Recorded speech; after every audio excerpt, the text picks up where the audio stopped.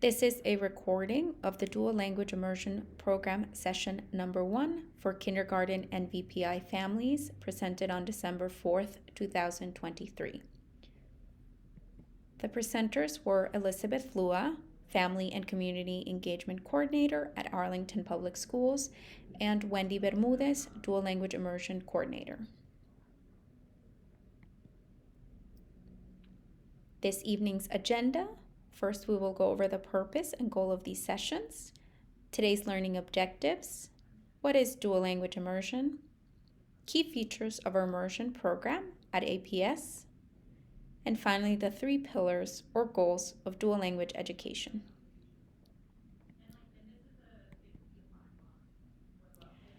The purpose of these sessions are to enrich the educational experience of dual language and immersion learners by engaging, educating, and empowering families. It is important for parents and families to be engaged in their children's education.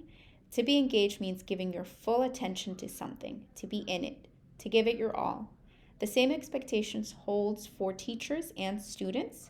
The idea is for everyone in this partnership to be committed to the child's education and to give it their all. It's also important for parents and families to be educated and informed about the program, to understand what dual language and immersion programs offer children, so that you are able to ask questions and offer feedback to teachers and other school professionals. Finally, it's critical for families to become empowered. When you're empowered, you feel stronger and more confident, especially when it comes to supporting your child's education and asserting your child's educational rights. When you are engaged and educated, you become more empowered. Those 3 attributes will help lead to your child's success in school and beyond. You are your child's strongest advocate and asset. The goal of these sessions is to support kinder and VPI families in their understanding of dual language immersion. Session 1 today focuses on Introduction to DLI at APS. Session 2 will be on bilingualism and biliteracy in an 80-20 model, and Session 3 is on supporting our students in the dual language immersion program. Here are the content objectives for today. I understand the pillars and key features of dual language immersion. Education. The language objective. I can explain the basics of dual language immersion and can share ideas to support our students in the program. First, families had an opportunity to get to know each other.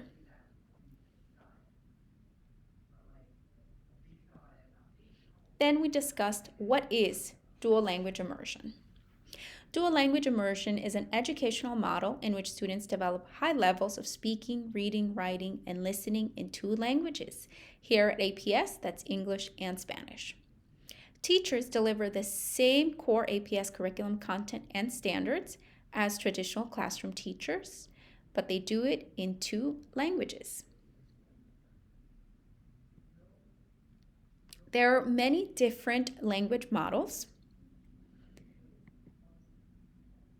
In Arlington, we implement a 2-way immersion program in which both English home language speakers and Spanish home language speakers learn together in 2 languages.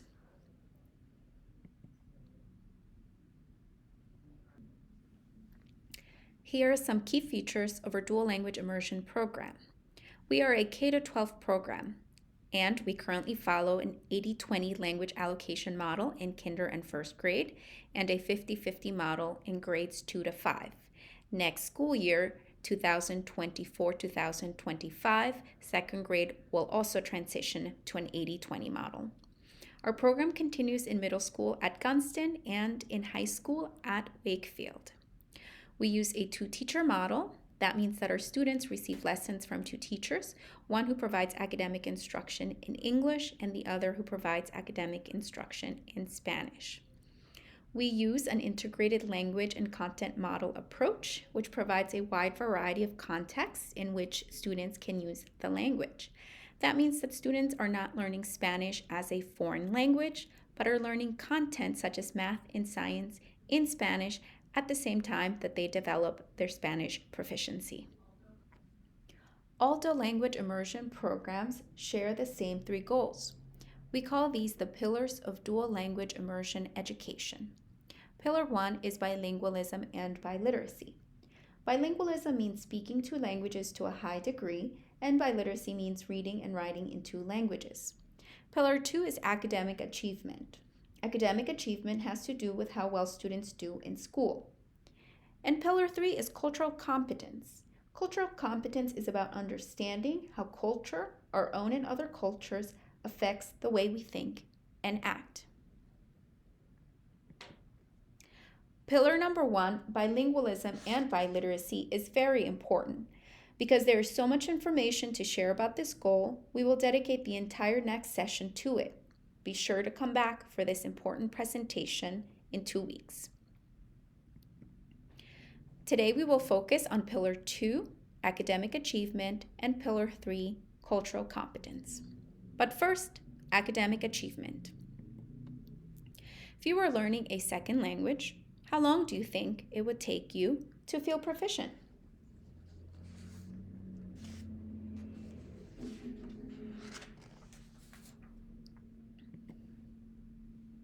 Here we have the 5 stages of learning a second language. Every language learner goes through these 5 typical stages of language learning. But each learner is unique, and it may take more time for some to reach high levels of proficiency in both languages. There are several factors that can affect one's language learning journey. These factors include formal education in the language, family background, opportunities to use the language, and the connections and similarities between the two languages, one's native language and the second language students are acquiring. Please remember that the time reference does not equate to years of schooling.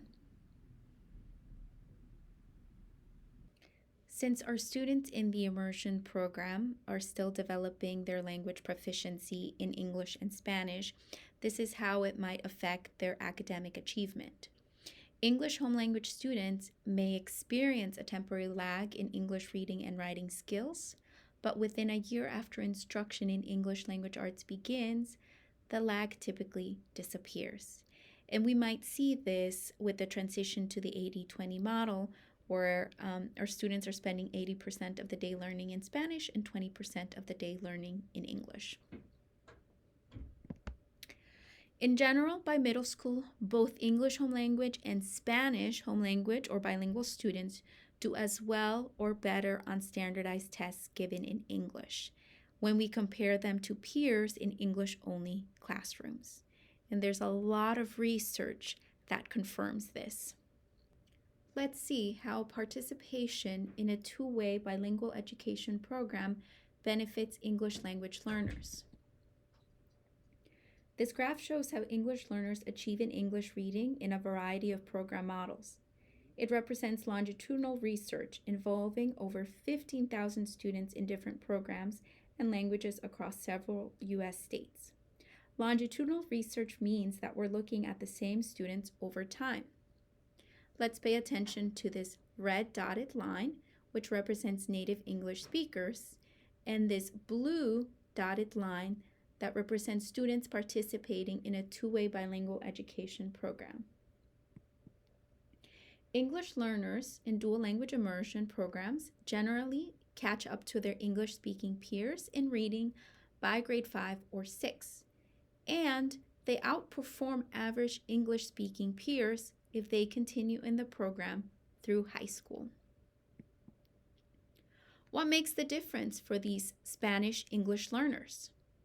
Continued learning in Spanish in school and the ongoing use of Spanish in the home supported their Spanish language proficiency, which made them more bilingual, and the more bilingual they became, the higher achievement they had in school.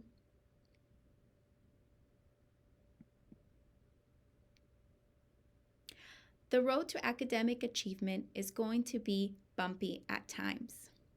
We're going to read each bump in the road statement, and then we're going to ask families to share ideas they have for responding to these bumps. Bump number 1. In second grade, you might begin to worry that your child isn't yet reading in English. Plus, your child may see friends reading much harder and more interesting books in English and may want to be part of that reading experience. As a family of an immersion student, what would you do in this situation?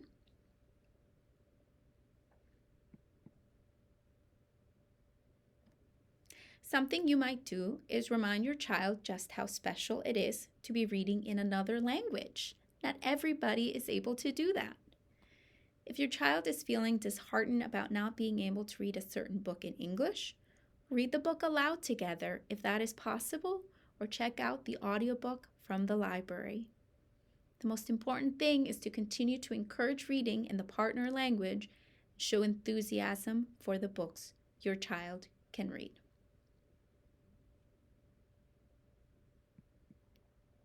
Here's another bump in the road.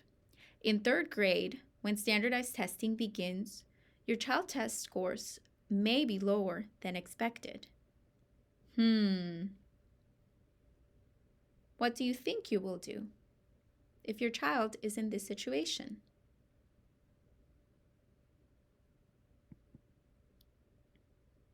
It's important to remember that it takes time for positive academic outcomes to appear. And your child is on the path to speaking, reading, and writing in 2 languages, reaping many benefits along the way that are not measured on a standardized test. We have reached Pillar 3, Cultural Competence. In the DLI classroom, partner language and culture are intertwined. You can't have one without the other, and they are both highly valued. Students learn to understand, communicate with, and effectively interact with people, both in English and in the partner language, Spanish, as in our program. This is really important as the world becomes more globalized and we think about the future workforce and the skills that our students will need to be successful in their jobs. Here's some research on cultural competence in our program. Two-way immersion students value having classmates from a variety of linguistic and cultural backgrounds. Our immersion students demonstrate positive cross-cultural attitudes more frequently when compared with other students in other types of programs. Partner language students say attending a two-way immersion program is central to their identity because it helps develop their pride in their language and culture, and it provides opportunities for extended home language and literacy development. Our immersion teachers know that it's important to integrate language, content, and culture because they understand that learning a language without the cultural framework in which it exists is like cooking ethnic food without the spices of the region. You simply will remove all of the flavor from the language.